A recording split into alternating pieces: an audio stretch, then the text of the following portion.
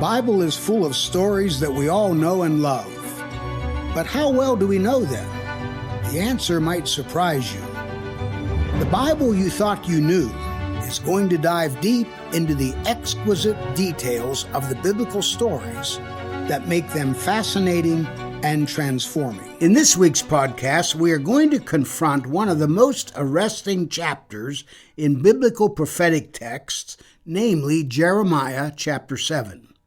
The reason it is arresting will become evident in due time. At the outset, though, a little background is necessary. Jeremiah was a prophet who addressed Judah. Judah became the southern kingdom of Israel after the Great Schism, as narrated in 1 Kings chapters 11 and 12. You will recall that the schism was a function of providential action and colossally stupid human behavior. The divine judgment was in response to Solomon's erecting shrines to the foreign gods that his wives and concubines had worshipped. Since Solomon had almost 1,000 wives and concubines, this was not insignificant. In effect, Solomon made Jerusalem and the surrounding territory the envy of polytheistic devotion. The Israelite deity responded by sending 3 adversaries against Solomon.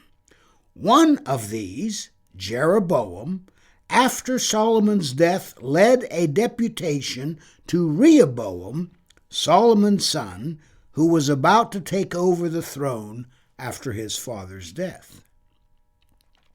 This is where human stupidity comes into play. Jeroboam, speaking in behalf of the Israelites, pled with Rehoboam to reverse many of Solomon's policies, which had made everyday life difficult for ordinary Israelites.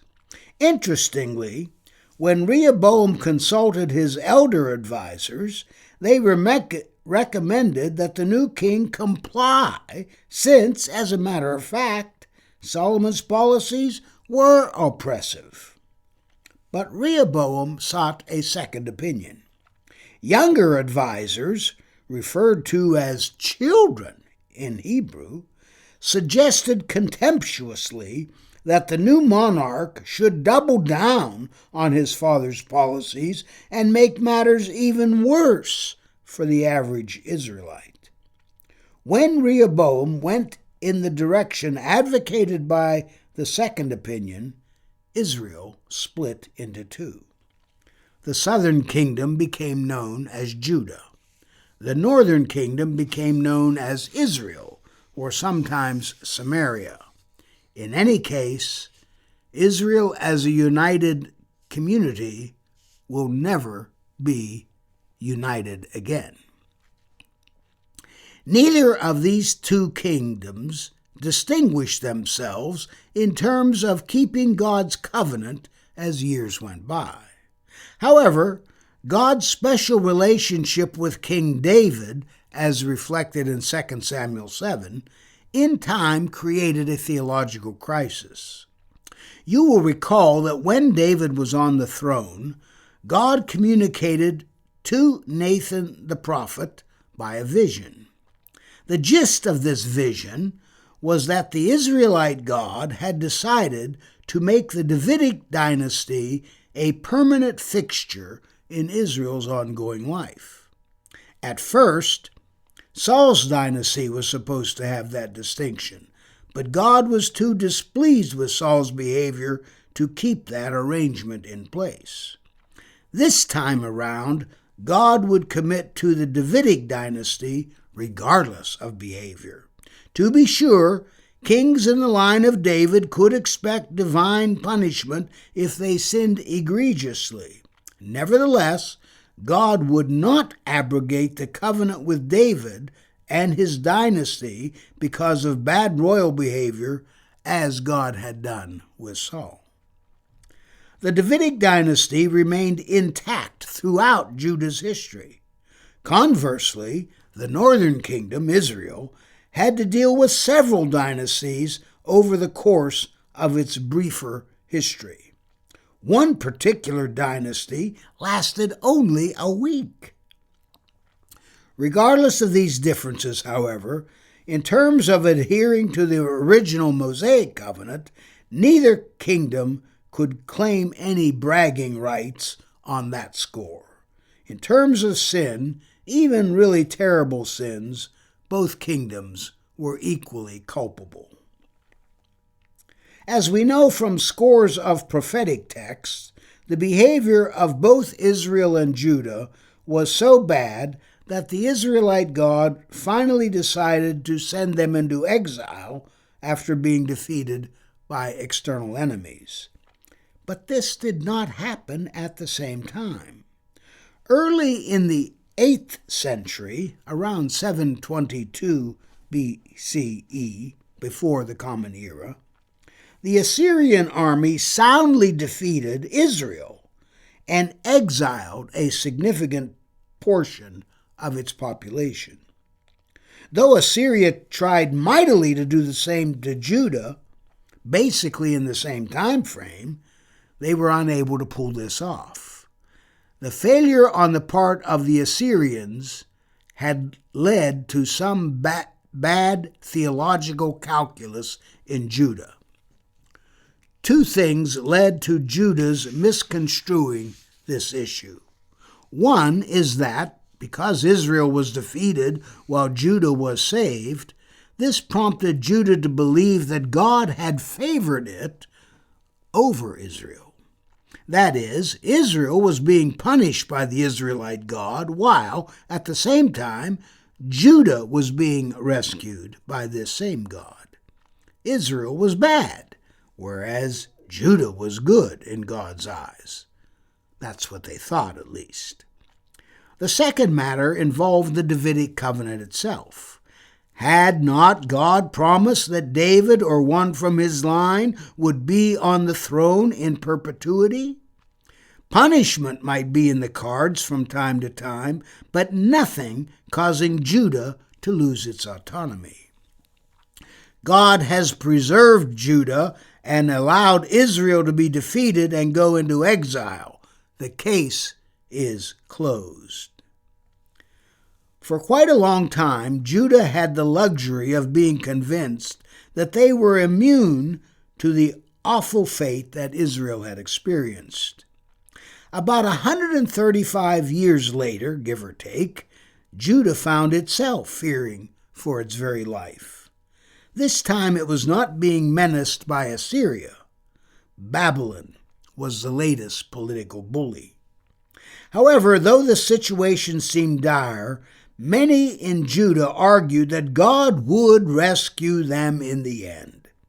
All those in Judah had to do was have faith in the God who had protected them during the Assyrian crisis. Plus, God's commitment to the Davidic dynasty should also inspire faith. Under no circumstances would God look the other way when the divine promise to David and his line was under threat.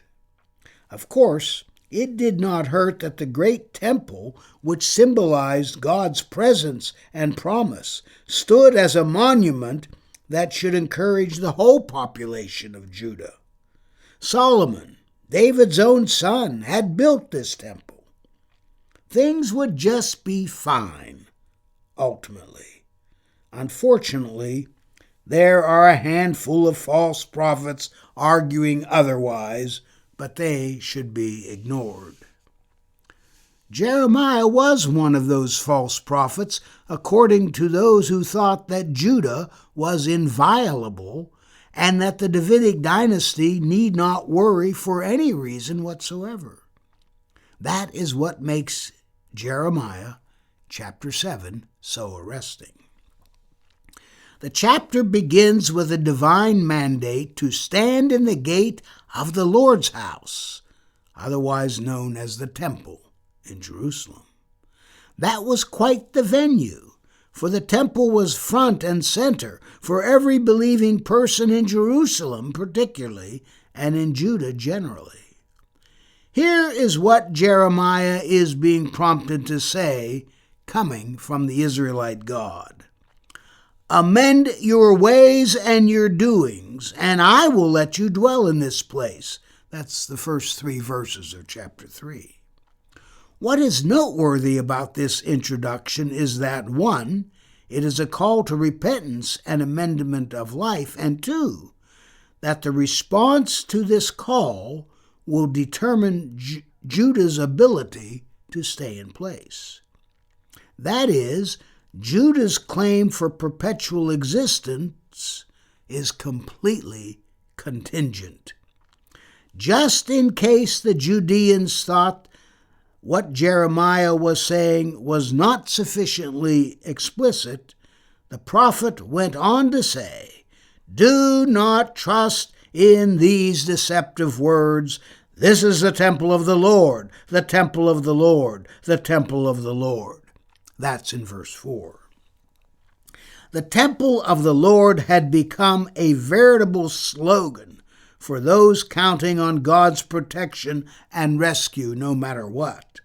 This slogan summed up the hope that everyone in Judah had. Israel had been defeated. We were rescued. Plus, we are under the aegis Plus, we are under the aegis of the Davidic dynasty. That settles the matter. We are in God's hands. No harm will befall us. The naysayers, like this Jeremiah fella, simply demonstrate their lack of faith in our God, disdain the covenant that our God made with David and his line, and do not believe that the God who delivered us from Egypt long ago can save us now. Jeremiah is not only a heretic, he is treasonous. Undaunted by such criticism, Jeremiah thunders on to underscore his point. This thundering involves specifics. Jeremiah outlines what amendment of your ways and your doings he has in mind. People in Judah will need to stop oppressing the alien, the fatherless, or the widow. In addition, you will need henceforth to stop shedding innocent blood. Of course, you will also have to stop chasing after other gods, which will only hurt you ultimately. That's in verses 5 through 6 of chapter 7. If you can manage that, Judah, then God will allow you to stay in this land, which you may recall that I, God speaking, of course, gave to your ancestors in the first place. That's in verse 7. Oppressing the alien, the fatherless, and the widow, not to mention shedding innocent blood and avoiding idolatry, is probably stock language for a general disregard for the covenant that God made originally with Israel. Judah is simply not acting like the elect people of God who are in a covenant relationship with the deity who elected them. Judah took God's promises to heart. That is what the slogan, "The Temple of the Lord," testifies to, but paid little attention to the covenant obligations.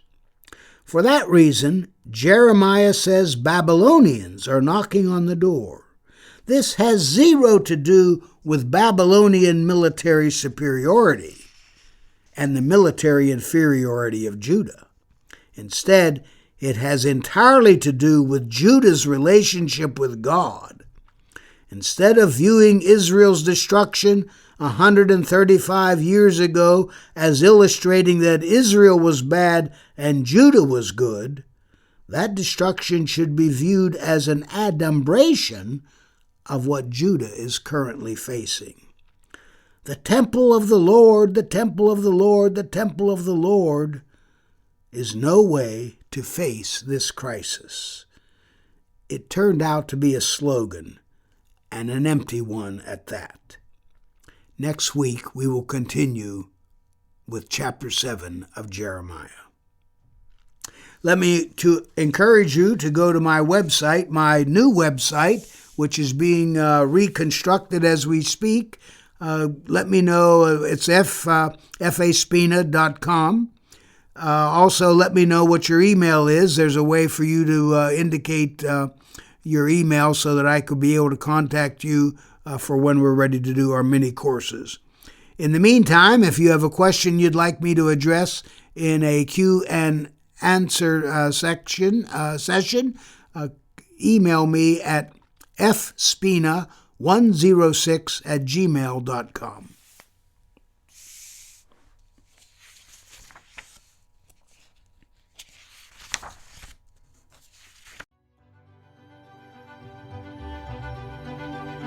I want to thank you so very much for listening to The Bible You Thought You Knew. I have a question for you.